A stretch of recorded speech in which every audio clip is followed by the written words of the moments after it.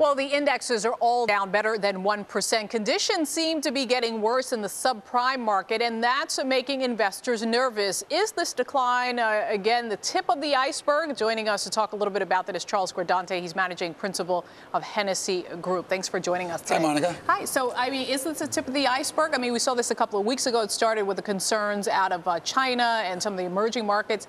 Then we got the subprime concerns. We're back to the subprime concerns again.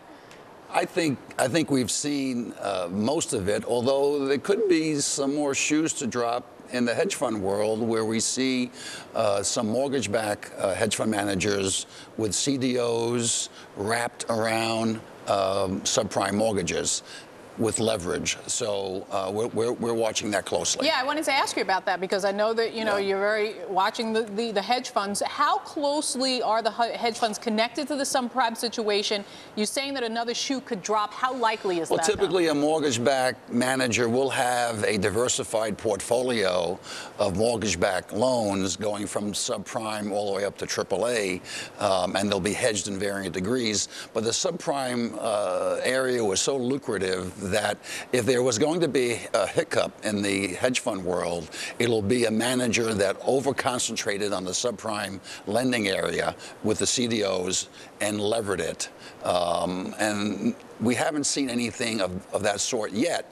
But if something was to happen in the hedge fund world, it would be in that marketplace. What else is going on in terms of the hedge funds? I mean, what have they been closely related to, if not this subprime situation? Have they been making any advances with these markets that have been so volatile? The Hennessee index was up 1.09% in February, when the S&P and the Dow and the NASDAQ was down. Year to date, hedge funds are up 2.5%.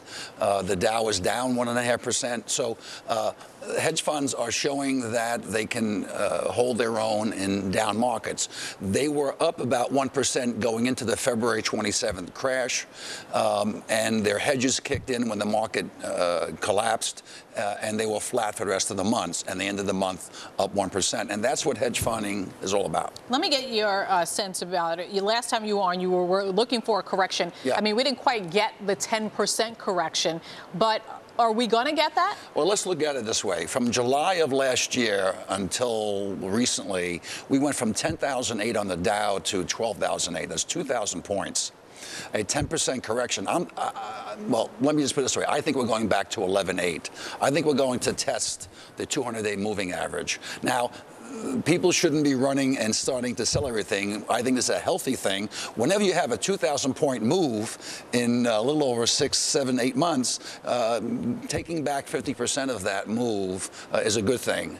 It'll wipe out the excesses, the leverage, and will build a base to go to 13,000. What should people be looking at for the rest of the year, Charles? I mean, are the hedge funds giving you any indication about how the strategy is being set up for the rest of the year? Well, the strategy looks good. We have two concerns. A short-term concern is inflation in an economy that's slowing down. I don't want to use the stagflation word, but I might be the first one on your show to say it. But you got a stagnant economy or slowing economy. We're seeing it on the numbers that are coming out.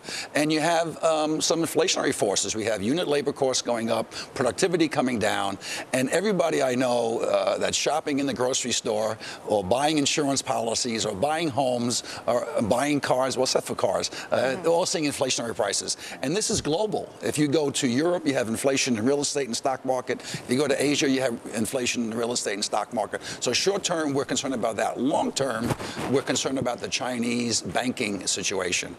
As China improves their trade surplus or continues their trade surplus, they're injecting a lot more money into the banking system, about $15 billion per month.